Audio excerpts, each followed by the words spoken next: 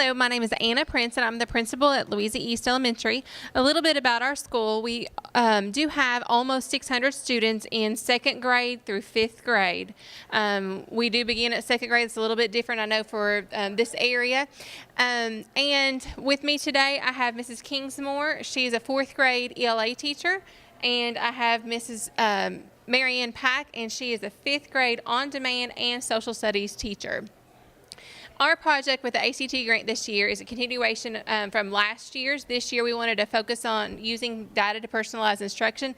Now it will sound a lot like Fallsburg Elementary's because we are in the same district, and our district initiative is personalized learning. Our problem of practice, based on walkthrough data, student achievement, and other school needs, we realized that we did need to develop a system for using data, whether that be formative assessment, STAR assessment, or student data binders, to personalize learning and meet students based on their learning needs and learning styles. Our goals through this process were for students to monitor their own progress, to have more engaged learners, and of course excel students beyond where they already are. Now, you think of personalized learning, and first, when our superintendent approached us, I thought, how do you personalize learning for elementary students? We were not a one-to-one school. I thought that was going to be a very hard initiative for us. But then I started doing research and looking at other schools and how they've implemented personalized learning, and some of the things were things we were already doing. We, of course, use differentiated learning styles. We use student choice. That's something that teachers are starting to use more, giving students selective text. They can choose which text that they're going to use to learn about the skill that they're working on in the classroom. Flexible seating this year, it was like a makeover in our school. A lot of teachers implemented more flex seating in their classrooms, and a lot of teachers participate in the innovation grants that you'll see them presenting today. And most of all, we want to impact student learning, student achievement, and our test scores. So we wanted to meet students with their individual needs.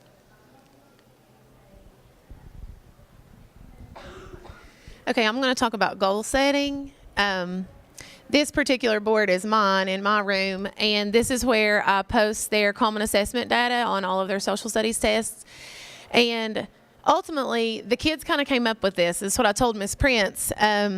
They wanted it in color so they could see, and they kind of came up with the phrase of get rid of the red, which are the novice scores on their common assessments. They love this. They love seeing this. Our common assessments are taken on our Chromebooks, and they immediately, as soon as they get their feedback, they go straight to their data notebook, they chart their scores, and they set a goal for the next time. And they love the competition between classes. I have 3 different classes. And they love the competition within themselves. I will say that it is a blessing to have your own biological child in your classroom, and I have that opportunity this year. So lots of times I use him as a guinea pig of what's working and what's not working. But one thing that I feel like in our goal setting that has made a difference is, like Ms. Prince said, our student choice. And especially on extended responses in social studies, I have started giving them a choice of an extended response, of course on the same content, maybe just presented a little differently. And so that they have been able to still tell me that they have learned the content, but they've had a choice in the one that they know the most. We also have lots of student-led whole brain teaching and Kagan strategies, which I think Ms. Kingsmore is going to talk some more about. But all of those things we incorporate in their goal setting, in their reflection sheet, in their data notebook. And it allows them to honestly own their learning and see how much they need to improve and how much they are improving. So. I'm going to talk about student-led conferences and how our students use their data notebooks throughout the year. Like Fallsburg, our students have data binders where they keep track of all of their formative assessments. So they keep track of their common assessments, their accelerated reader points, their attendance and behavior. So all year we have our coaching sessions, which are every other week, and that's our time to pull our students and talk about how did you do on your last common assessment.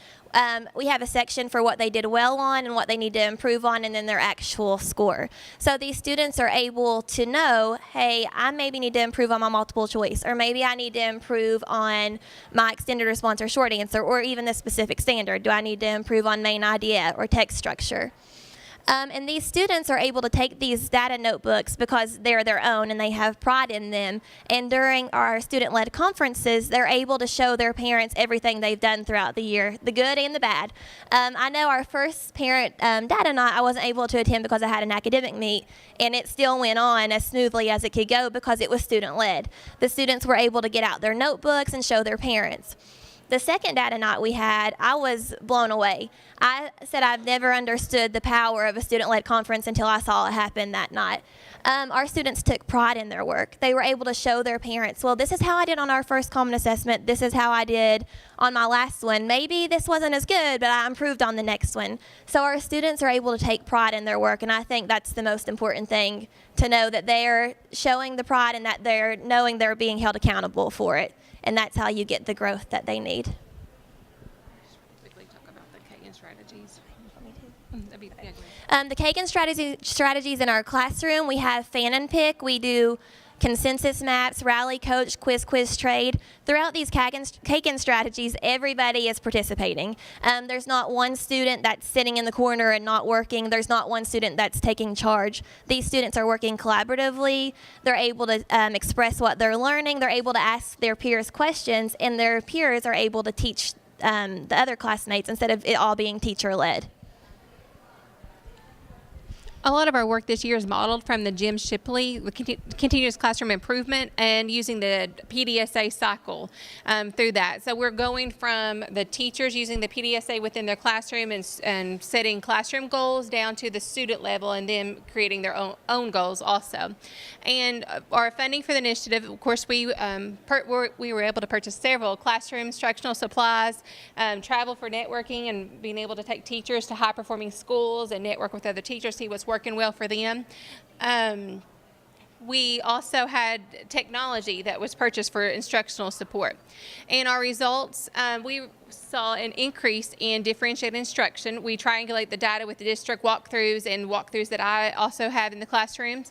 Increased percentage of student ownership in their own learning through the student-led conferences, and an increase at parent data night for student-led conferences. I think the parents really want to come more now because the students are asking them to get involved and to come. Well, that's all we have for you today. Any questions?